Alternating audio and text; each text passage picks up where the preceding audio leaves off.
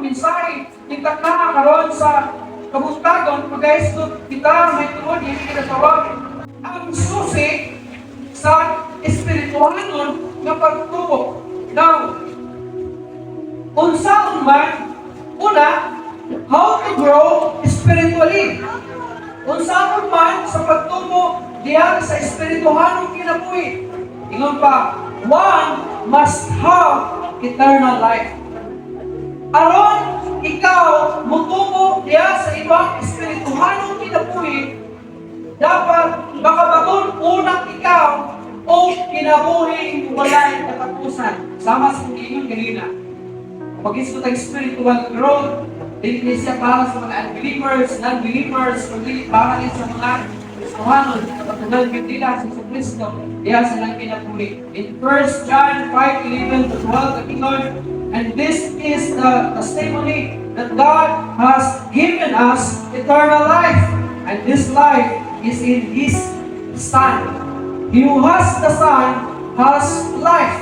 He who does not have the Son of God does not have life. Salamat! Ini ang testimonyo na ang Diyos nagpadala nga naghatag ka nato o kinabuhi walay katapusan o kini nga kinabuhi maangkon nato diya sa iyang anak o siya na nakabagon sa anak, nakabagon sa kinabuhi apan siya nga walang nakabagon sa anak, siya ang walay kinabuhi. Now, how do we receive this eternal life? Kung saan nato pagdawat kini eternal life? Ang pulong sa Ginoo ingon, He who has the Son has the life. Siya nga nakabagon sa anak, nakabagon sa kinabuhi. He who does not have the Son of God does not have life. So, klaro o simple kaayo na kung ikaw imong dawaton si Jesus diya sa imong kinabuhi as your Lord and Savior, ikaw makabaton o kinabuhi walay katapusan. Tungod kay ang kinabuhi walay katapusan makaplagan lamang diha kang Kristo dili sa bisan kinsa. Now, sa pagdawat kang Jesus Christ, murag basic no kay mag-evangelism ta.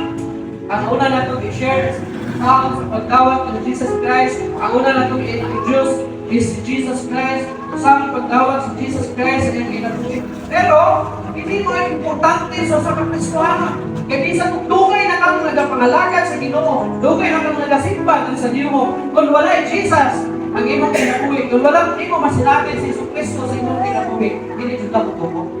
Isa pag-ingon ka na, dapat mag-grow tayo spiritually. Hindi ka tutubo. Ang pag-ilit mo mabatunan si Jesus Christ kaya sa iyong kinabuhi. Revelation 3:20, saon sa pag-receive kay Jesus Christ, ikaw pa niya, behold, I stand at the door and knock.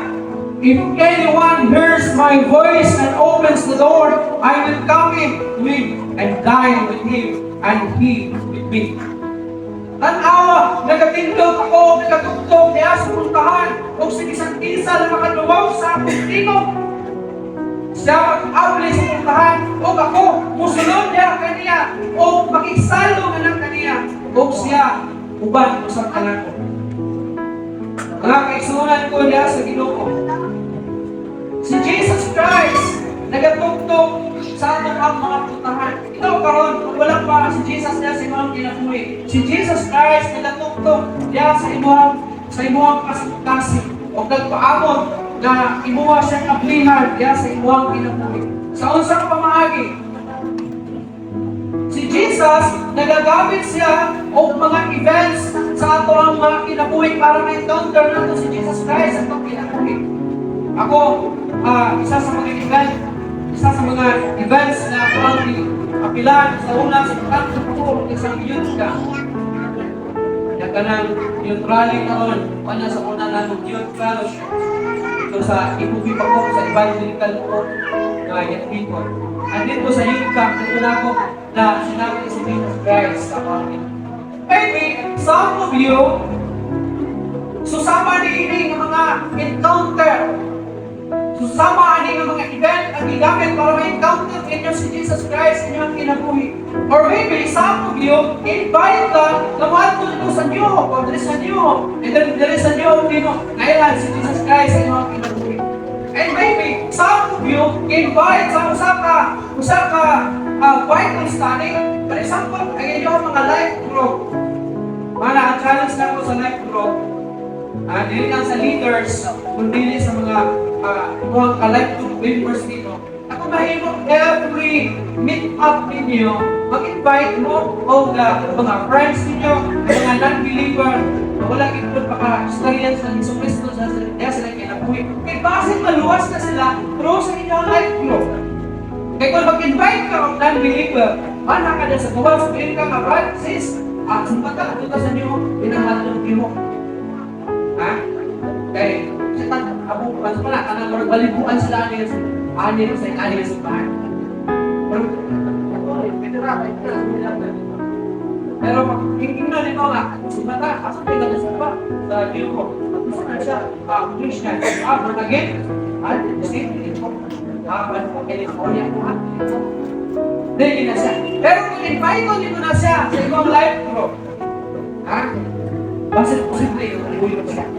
So, I challenge you, leaders and members sa life group, na invite mo sa inyong mga siliganan, amigo, ikala, mga kaila, classmates, schoolmates, or mga kaubas na pang ibasa, join sa inyong mga life group, di ba? Makaila sila sila.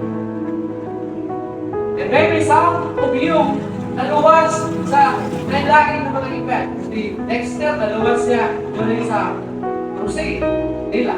Tama ka po, during sa crusade. So, yung mga events na gamitin ng Ginoo sa mga kinabuhi para masinatin natin si Jesus Christ sa mga kinabuhi. Sama sa iyong gilas. Maybe si Jesus Christ gugamit sa imuha para maluwas ang imong higala. Gamitin ka niya para maluwas ang imong higala. And maybe ini Bible. Hindi niyo ang Bible. Bible is very powerful. Once na magbasa ng Bible, you will learn and know everything about life, about God. Maibaluan din mo inaari sa Bible. Magbasa lang ang Bible, magbasa lang yung Biblia. Sa ako naging kaingon kanina, sa mga nangaki na ako, sa mga sermon, mga wali. Kung maminaw ka sa mga wali every Sunday for 5 years, taas tayo. Pero kung magbasa ka ng Bible, you will learn everything and you will know everything. Tulad lang sa buko ko lang. 5 years, nawali, 5 years na sige ni mo paminaw sa sermon ni Pastor, makakunan na ni mo about Ginoo, about life, about everything. Basta ko yung kaya, tulad lang sa 2 years. 1 year pa rin, once in 5 years. I-challenge nyo na magbasa nito ng Bible. Dahil posible, sa sige ni mong basa ang Bible, mahinhan ni mo sa Jesus Christ, wala pa kay Cristo na iwan. Ano ang tao na na-encounter ni Filipe? Nagsakay, ano sa datot na tao, nagsakay siya sa iyang karwari, o nakasakay po si Filipe dito ang maong negosyante, ang maong tingpatikayon ng tao. Kaya nagbasa siya sa libro ni Isaiah. Kapag nagbasa siya sa mga libro ni Propeta Isaiah, wagin siya makasabot. O inuod siya, Filipe, o inan siya. Gusto niyo kailan? Kinsa na siya? Sa kanang tawanan mo na si Jesus. Nag-isutan mo lang. Isang yawan niya, igamit niya ang opportunity para makashare sa words ni Ginoo. At kung sa kadakong, and then kung mingon dahil sa kadakong, ingon niya, adunay tubig, isang kagabiyahe sila, nakagi sila ng tubig, linaw, yung sabi tubig, pwede ko kunin mo, bautis mo na. Then, dinakot sila luwagi, umod sa tubig, ibautis mo niya ako sa kadakong. And then, pag kumanyag ko, nawala sa Filipe. And then, kapag sa Filipe, kumanyag ko sa syudad, nagwali sa pulong sa Filipe. Imagine yung mga, ito yung mga event na mababot sa mong kinabuhi. or imuhang pag-apilan, natigin dito, kasi natin imo si Jesus Christ, diya sa mga kinabuhi. Now, how do you open the door of your heart to Jesus? Sama para maglihan, imo kasing-kasing sa Ginoo. Kay, hanggang sa uma, maybe nasa inyo at na sige lang paminaw sa wala ni Pastor, pero wala kita sa'yo, saan mo din ako pang-update sa kasing-kasing? Ha? Hindi kang simba, pero close, kaya ako naging mong kasing-kasing.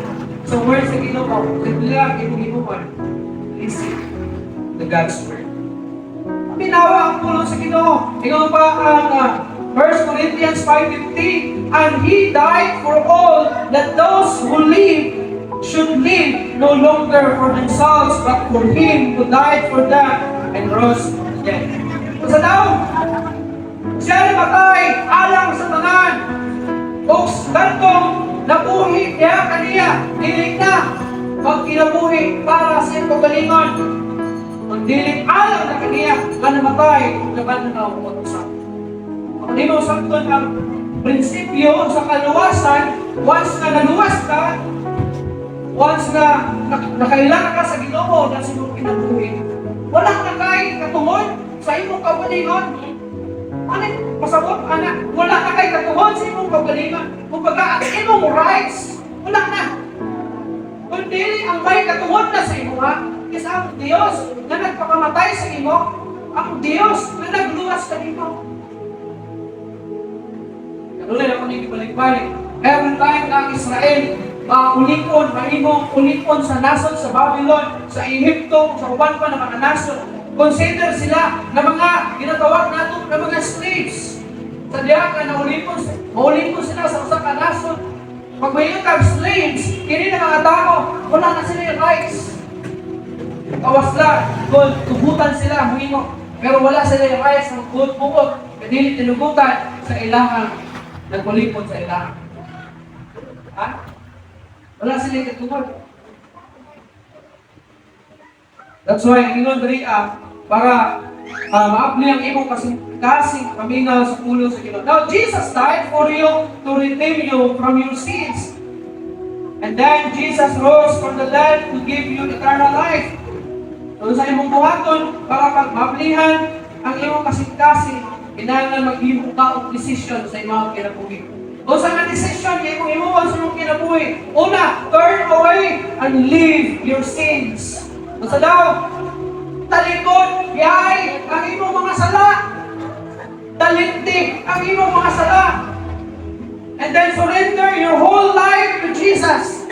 Kung sa daw, itugyan, isurrender ang ibuok imong kinabuhi diya sa Ginoo. Apil na ang imong namuna, apil na ang imong kasing-kasing, ubang tanan diya sa imong ang imong labi na, ang imong mga desire sa kinabuhi. Daghang ka mga handog sa kinabuhi.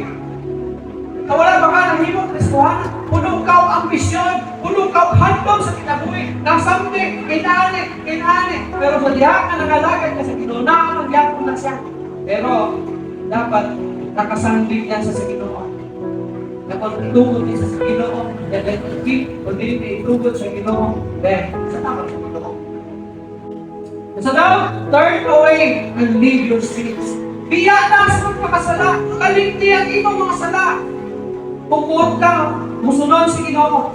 I-surrender ang imong kinabuhi niya sa Ginoo. And live from now on only for Jesus. Napulo sa Ginoo. Sige sa Ginoo ni Jesus Christ. Sige sa ganitong dili pasilag sa iyang amahan, sa iyang inahan, sa iyang igsugon na babae, sa iyang igsugon na lalaki. Umpisan sa iyang kagalingon, dili takos sa akong gigalingan. Subuhan pa sa pod, kinahanglan na sa diya nga mitandog ka, na itugyan imong kinabuhi diya sa Ginoo.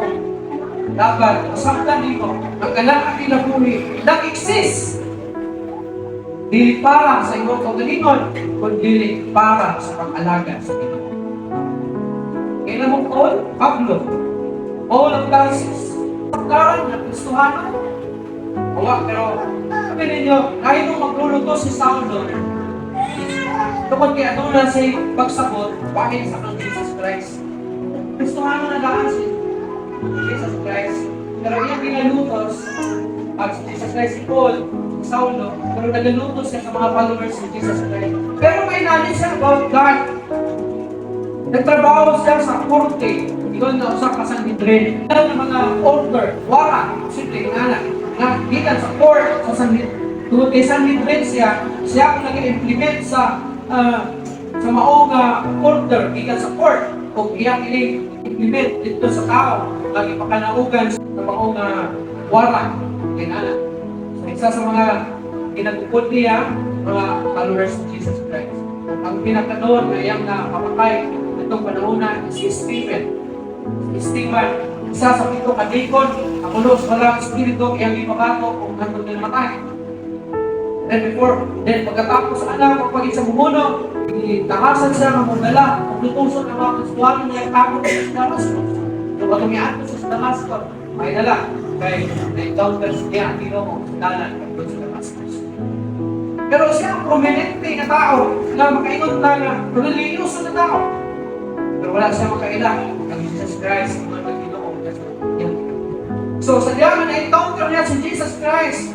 And then, nabutas siya, idala siya dito sa kamalay. Then, ipatungan dito sa usang kaalagan sa Ginoo na si Ananias. Ina siya Ananias na agtuan ng balaya, kaya ang tao na inganan kung Saulo. Pag-agto dito niya, Ananias, buot na unta siya paulit. Kaya, nalisan siya kay bantugan si Saulo na manlulutos. Unya, pag-abot niya itong panahonan. Hindi ko na Ginoo siya na bautis mo lamang siya, kaya gamiton na ko siya. So, gibautis ba sa Ananias, o yung pagkauban, ilakaw sa Ananias, pagkaupang, ang sa nakita si Saulo. Nakita siya sa kadalanan. Iso na nagwali sa puno sa Ginoo, pero halos wala yung maminang. Kaya tanang tao, madrog sa kanya. Kaya tangtugan na siya natulutos. Wala ang usang example sa turning point sa kinabuhi. Kung gusto ka, kung kababuhan sa kinabuhi, ang life ni Paul. Kung giusa ang transformation.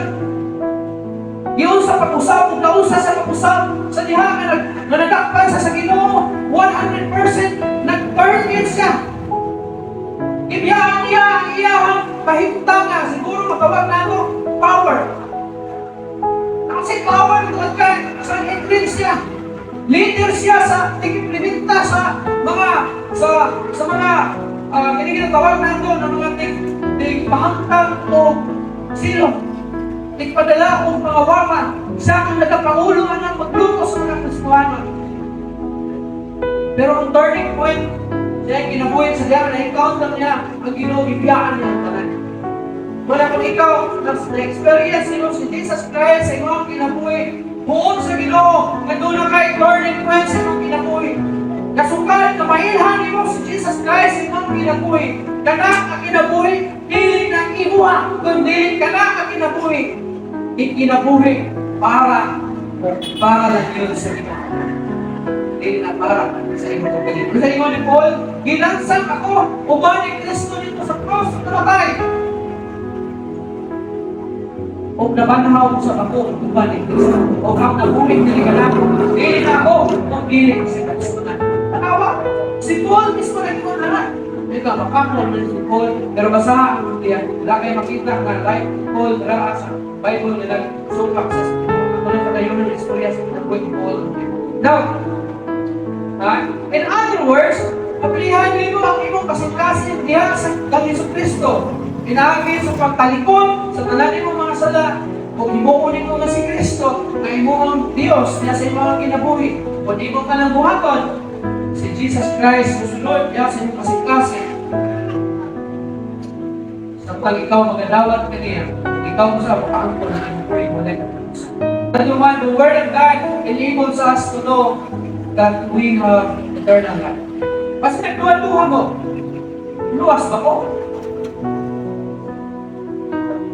Be honest lang. Kung ubalik Ginoo ko, utang ako, luwas lagi ko. Taas na ko. Ang balik. Ha? Bantay.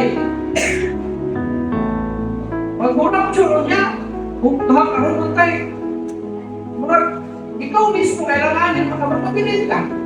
Ha?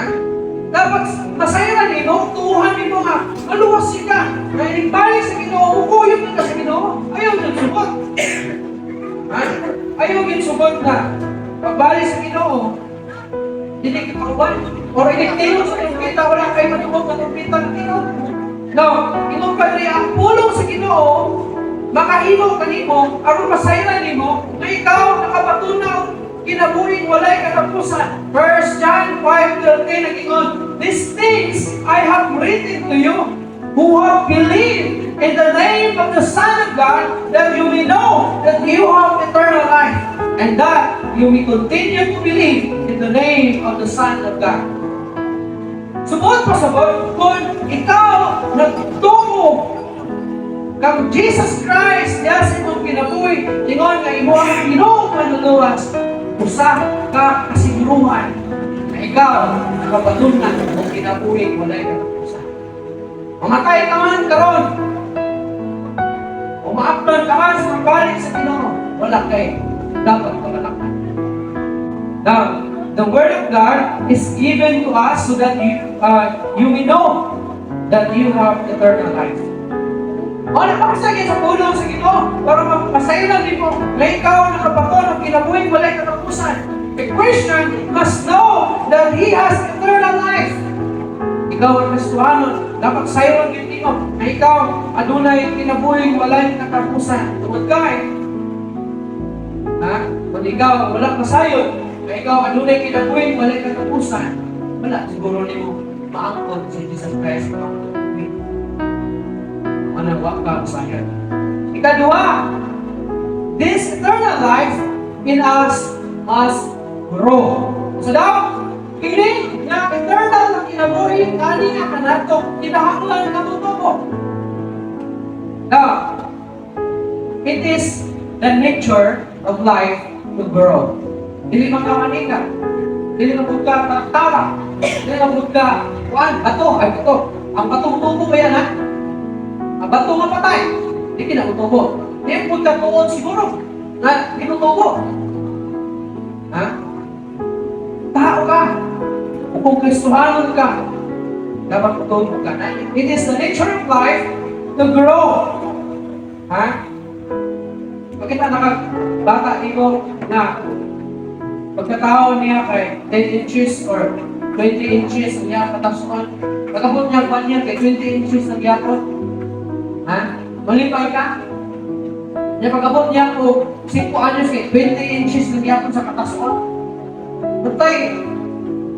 Ha? Ngayon yung lumamatay dong. Asa man yung pagkaroon ng ibutan? Ano yung kabutubo? Yan yung kaganahan siguro. Now, kung ako sa bata na after 5 years, 10 years, kaya the same yapon yung height, yung kakakon, yung kataskon, nandun na yung problema. There is something wrong because the nature of life is to grow. There is something wrong because the nature of life is to grow. The same is true in the spiritual realm. Now, when we receive eternal life, that life must grow. Dari ka na ito. Ano ba? Ako gingon kanina, sa diya ka maangkon mo si Jesus Christ sa iyong kinabuhi, ikaw nakabaton ang kinabuhi. O ka na ang kinabuhi ang iyong nabatunan, ka na dapat tutubo. So kung ikaw wala ka nitubo, mahinti ka na katuwid, nalalakad sa Ginoo, wala gapon ka matubo, there is something wrong sa iyong pagkakristohanon. Nalalakad, inong ka nga, Pastor, na-receive ako si Jesus Christ, December 21, 1984, wala katuwid, kulita na hapit. Atong ibalawin mo kinabuhi, yun nga, kumusta man mo kinabuhi, kinugay naman ka naluwas. Maunang gyapon Pastor, matay, hindi na maunang gyapon kung maunang gyapon na matay, manika, may kinabuhi. Kung wala ka mag-grow, kung naging mong trabaho ng gyapon, after 10 years, after 5 years, after 20 years, after 30 years, kinabuhi gyapon sa pagpapaki ang inyong life, there is something wrong Diya sa imong kinabuhi. So itong pagkapit, pungko, paminaw, pauli, sa ito pa. Pabadlong. Ha? Pabadlong. Sa lahat ng istorya, badlongon na Kristohanon. Puno. Mana sila. Imanaan na ito. Kung dili ka mutubo sa imong pagkakristohanon, there is something wrong diya sa imong pagkakristohanon. Kaya ang life na imong nabakunan, dapat mutubo. Na imong padriya, unsaon aron mutubo? Kinahanglan, itanong. Kinahanglan nga itugas. Ha? Ang usa ka seedling, o usa ka seed, kung nato usa ka seed, kung nato usa ka nila seed, meaning sangkol, kung nato sangkol.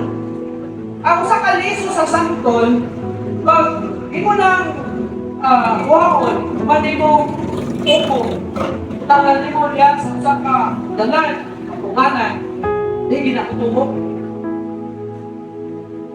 Pero kana ang liso, ano na sa life? Kaya ka na dapat siya mutubo. Pero kung ka nasa dili na sa mutubo, or ibutang mo, or kanang ibutang lang mo, ipatong lang mo, hindi na sa mutubo. Kaya doon na siya link-on na has, ini cover. Napaw ito yung prevent para ang buhay na seed, ang buhay na life na nasa sunod sa seed, hindi sa katawas. Ba? Seed. Ang sunod sa iyang sa similya, maliso, adunay life. O ang palibot sa liso, adunay naka-cover na lit-on na o lit-on na cover na mo ito'y prevent para di makagawas itong life, anak na liso. So may ito mong karon, pag ipatong mo na, hindi na siya mutubo. Hindi makagawas ang iyahang ang kamaguoran nga adunay sa life. So saan siya? Ilubong siya. Pagpalubong ang maungang liso, sa kapas siya mutubo. Anong mutubo man siya? Huwag pa sabot,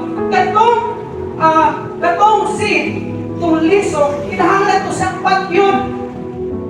Pagyon, kaya kung mamatay ang atong iyahang liso niya, sa kapa makaturok ang bunga, ay makaturok ang atong life na nasa seed. Pinaagi sa pag lata sa yuta. Ang yuta ka na makapalata sa iya, makapahubog sa iyang power niya sa seed. Pag mahubog na siya, magawas na itong life na nasa sunod sa seed. So muna, kita na mga Kristohanon, kinahanglan po na patyon ang kining atoang kaugalingong pagkatao, kining atong kaugalingon, para mutubo ka diha sa Ginoo. Ako ninyo? Ha? Si Jesus Christ, dili sa gusto na mahitabo sa usa ka tawo nga dili siya mutubo. Kinahanglan nga dili siya muturok o mamunga o daghang bunga. So kinahanglan ilubong siya sa yuta aron siya makapanurok. Kung mayroon ka, I have the life of Christ inside me. Now, Jesus is burying me in the ground. Ika, na si Jesus sa akong kinabuhi. Dapat itanong ka o ilubong ka diya sa ground. Now that I am buried, I am dead. Karon kay akong ilubong na, ako patay na. Ako na buhay ng ilubong. O dapat ilubong, buhay gyapon. Ha? At imailhan sa paglubong at pamatukod na patay ng ilubong. So kung ikaw ang ilubong, ikaw patay na. Kung sa diyan, kung gidawat ni mo si Kristo, si mga kinabuhi, ikaw patay na. Pero adunay life na naadya sunod nimo. Kung ka na life, mauna si Jesus na imong gidawat diya sa imong kinabuhi. Aron ikaw makapanurok o makapamunga o daghan. Now, kung sa imo pasabot ni Jesus Christ kani kanato, we have received the very life of God. And that life is now inside you. Kanang kinabuhi na sa sunod nito. Ano saan ninyo gidawat sa Jesus Christ? At ano saan ninyo gidawat sa Jesus Christ? 5 years ago, 10 years ago, 20 years ago, or last year lang, or this year lang. Di man din. Yan ang life na naasunod nyo, dapat mo sa kubo. Kung ako makakubo na, kinahalang lang hindi, hindi ko mabuhi siya. Ayun, sugot. This life of Christ we receive is found by the hardness in us. Kung sa'yo hinunggan, anong dilit makatubo ang life na naadya sa imo, kinabuhi. Di ba, gidawat ninyo si Jesus Christ sa inyong kinabuhi? Kung sa ang reason, anong dilit makatubo ka na life, na dapat mutubo mo na sa life. Tuwan kay, dunay, over, na nakapatakon na mga hinunggan na di makagawas ang life nila sa imuhang kinabuhi. Ang life, ang mga sa Jesus, nila sa imuhang kinabuhi. Kung sa kanila cover, our pride, your pride, ang imong garbo, ang atong garbo, na sometimes, only ang cover, ang hindi makagrow kita, ang hindi mo grow, ang life na natin sa tuwa, and our desires and ambitions sa kinabuhi. Yun ang ginosin mo nga, gamay ang katawan, gipili mo ikaw, mamahimo kang, ako ang alagad, ako kang ipadala, lahat ang inadapit sa kuwan, ikaw tao, bukit doon. O dito ka, mag-alagad ka na ako, hangtong sa adlaw sa inyong kamatayon. Sa mga tulong brad, Lord, tayo, ang sa akong pag-ispira sa akong anak-anik. Kasi check ko tayo, taas mo yung pangalan mo, gusto na ako itong mahin ng sigdalo. Asan ito? Ay, pulis. Pulis, may gusto na ito, NPA. Ha? Gusto na ako mahimong NPA? Ay, kung gusto ka mahimong NPA, ha? Hindi ka, ayos, itaw-taw. Gusto na ako mahimong pulis. Wala may galit sa itaw-taw, kitnon, Lord. Kanang, pwede, sunod na, kanang, kumalang siya ang college, pulis na. Ano dahil ito ang paano? It's because of our ambition, tawag ka sa Ginoo, hindi ka makaingon ng yes, Lord! Kaya na kaya na ingon, yes, alam pa ka, simpa ka pagkaroon dito, yes, Lord! Simpa ito! Kanang, apil ka o life group, ha? Yes, Lord! Apil ito life group! Kanang, apil ka o prayer meeting, yes, Lord, mapil mo for a meeting. Ganang, ito ka, kitaw-tawhan ay, ito ka mapasok, o dito ka mamatay. Lord, kumara na, Lord. Kaya lang. Mabilit tayo o murag makababag sa akong desire o kang vision. Malakuman, hindi ko mag-Kristohano, hindi ko mag-burn again, kung mag-burn again ko, hindi na ako kainom! Kainom ka. Kung hindi ka kainom ka, kainom ka. Mag-tubig. Hindi na ako ka hangtag, Lord! Hindi na ako ka brahma! Hindi na ako ka adto sa patay sinding, sukat, Lord! Wala nga, kapo lang yan, mag-Kristohano mo. So na inyong life, boring. Boring sa mga mata. Mas boring ito sa gobyerno eh. Sabot, boring ang mga hinugan, dili na makatubo. Ang imong lifestyle, muna ang mga baga naka-cover sa seed na nasa sulod nimo, o nang dili mo grow. Mawaliyon ka, waling ka, dili ko kay inong ko ang ngayan. Ano sa mga na mahinong ang ngayan? Ha? Patay na ka? Lord, sunod na ka ng angayan ako. So, pag may ka, di pa ka angayan, there's something wrong dahil sa imuha. Ano nili ka angayan? Ha? Now, ang makita sa tao, yung Pedro, is our pride, our desires and ambitions. But God wants that heart exterior to be dissolved. Buot, tugbukon, bungkakon sa Ginoo ini na exterior na has na mo'y nakababag aron ang sin na nasa pagtutubo mo nang itugod niya? Ilubong ka niya kung saan paglubong para mamumok ng pas kanya sa tuwa. Ilubong ka niya sa daghan ng mga problema. Manamig ka, "Patay, pastor, wala yung manuman ako problema." Paano na? Ayoy! Ha? Paano mo tubo ka? Ikahiyahay ang pinagul ka. Kung daghan kang kwarta, bakit ano ba na ikakaroon dali ah? Ha? Kung si Elizabeth, kung si Iman, kung milyonaryo ni, tag-iyan niya sa tag-iyan niya ng SM. Magtay, di kita sa inyo ko eh. Buka, kita makali sa lahat simbahan. Kung daghang kagbugas, magtay niyo ka, magtay niyo sa simbahan kay pakayo ko ng sige nung naghanap ko, kaya ako magpag ko. Pero sige nung ayaw, kita nung ito. Wala kayo pasalamat. Nga, itanong ka niya, kinaagis sa daghan ng mga problema, kay para ka ng life na naadya suluntin mo mutubo. Itanong ka niya sa daghan ng mga pain sa kinabuhi, para ma-dissolve ang mga halos na sa inyong kinabuhi. Kung ay nakaprevent na magiging makatubo ang life niya sa inyong kinabuhi. Kaya ay, usually, nag-complain ka sa Ginoo. Lord, kapoy na kayo, Lord. Kanang grabe na kayo ako ang mga pagsulay sa kinabuhi. Lord, kanang gamitin na lang ko may porta. Gamitin na lang ko ang masakiton, Lord. Nag-complain ka na sa Ginoo. Then, buot sa Ginoo na doon ay matanggal sa imang kinabuhi. Nakabantay mo, ako sa Kapristohanon, sadya na siya kung andun ko, kung nagkalain ng mga puno sa kinabuhi, mga pagsulay sa kinabuhi. Mas pagbuwan sa mga pagsulay sa kinabuhi, mas manasikon siya.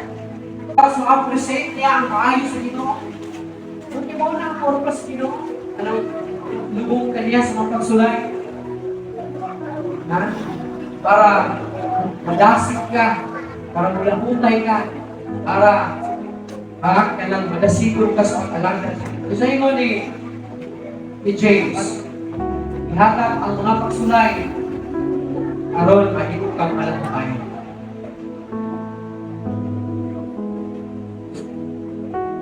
Bukan ako, naka-experience mo o mga sulay sa kinabuhi karon?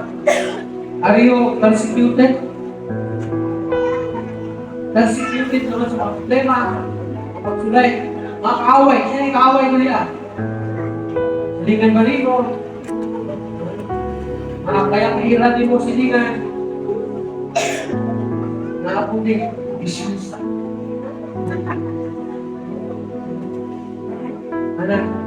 Hindi yun. Ayaw kong ka-discourage. Pero kaya lang kung pangaway po. Paul is saying, therefore, we do not lose heart. Ayaw kaluya sa imuhang kasing-kasing. Paulo sa Ginoo, 2 Corinthians 4:16, even though our outward man is perishing, yet the inward man is being renewed day by day. 2 Corinthians 4:17, ito sa, for our light affliction, it is but for a moment. Hindi ako ang mga kasakit, sa makadiyod lang niya. Aron, papasinungan, mga pagsulay, itugod sa Ginoo para tunaya ang Ginoo. Diba? Pagtapos, pagpakasurvive ka sa mga problema, may ka, Lord, salamat, may kita ba nga nito? Kaya dalawa si Paul, ito si Paul, itawag niya na gamay lang yung affliction. Gamay lang ang sakit ni Paul, pero tanawa sa gamay ang sakit. Tanawa ha? Kasi, ito si Paul, yung tayo lang yung kasakit, pero tanawa kung sa kagamay ang kasakit. He received 40 stripes minus 1. Bila? 39 ka latos. Bila kahigayon? 5 times. Beaten with rods. Ularang yung ka. Bila kahigayon? 3 times. Stone to death. Ibato, maarong mga times ka. Akila, once. Sakay sa barko. Dalawang ng barko niya. Lugaw-lugaw sa dagat. Bila kahigayon? 3 times. Ipreso. Many times na napriso. gikawakan. Ha? Many times. Walay tulong, walay kaon. Iuhaw, iguto. Kasagaran. Kaya sila naman siya. Pero ano na sa italog, atong pakabana, diya sa Iglesia. Now another one, that you but we are like that seed. The only difference is that the seed never complains, never moves, and it remains when it is buried. Kita sama sa liso, pero ang nakalahit lang, ang liso, hindi sa reklamo, asa sa tanong, asa sa ipugas, o sa klase na yutas. Another one, eat the word of God. Kaon sa pulong sa Ginoo. Ha? Kaon sa pulong sa Ginoo. Ito na yung isang istorya. May isang bagong member sa church na nagpahigayon ng mga Bible study sa iyang mga silingan. And hanggang sa iyang mga silingan, nag-join sa iyang group, sa iyang life group. And one of her neighbor, nag-ingon, nagtana sa iya, oh, ang imong Bible study, grabe ka, nindot kayo. Ha? Ingon siya, ilan nakakabulan na imong Kristuano? Naingon sa mga Bible, ingon niya, just 6 months. Ha? Unong kabulan, sister. So ang iyang nasilingan na surprise na siya. Ingon niya, I have been a Christian for 10 years. Ha? Nahimo kong Kristohanon, sunod na sa nagpulong na tubig. Pero hindi ko makahima sa pagtudlo. Yung ano pa na, kung ikaw, unong lang pagulan, kung ikaw, nakatulog na. Pasabot? Dato nga silingan, na walang titubo. Dato nga silingan, na 10 years na nahimong Kristohanon. Dato na itong kestorya, wala din siya mag-grow. Ano nga man siya mag-grow? Kaya wala man siya ikaon sa pulong siya. Katapusan, be planted in the house of the Lord. Aron ka mo tubo, be planted in the house of the Lord. Ingon pa ang ulo sa Ginoo, the righteous shall flourish like a palm tree. He shall grow like a cedar in Lebanon. Those who are planted in the house of the Lord shall flourish in the courts of God. Now, kinahaaron ka mo tubo, kinahanglan ikaw matanong diya sa balay sa Ginoo. Ang usa ka palm tree, ang usa ka coconut tree, kung kinahanglan mo nga, nabalo pa mo na ang coconut na kahoy o ang tree, o na ang prutas na dili seasonal. Dili seasonal ang pagpabunga sa lubi. Unlike mangga, na every 3 months mo na lumunga, unlike sa mga prutas, ang durian, sa iyan.